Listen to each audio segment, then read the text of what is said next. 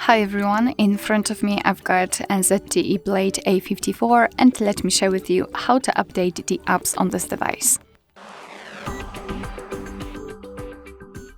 So let's start with making sure that you've got the internet connection because it is required, and then we can enter the Play Store.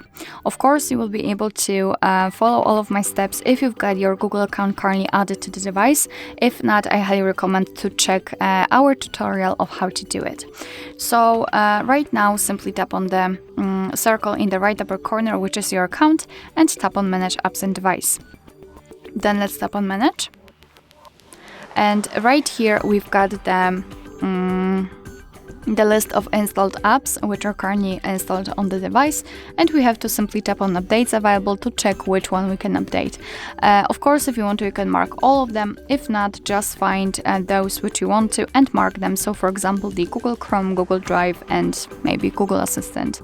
So after marking, simply tap on this update icon in the right upper corner, and as you can see, your device will right now download the updates, and after that they will be successfully installed and automatically updated. So you do not really have to do anything more, just wait patiently.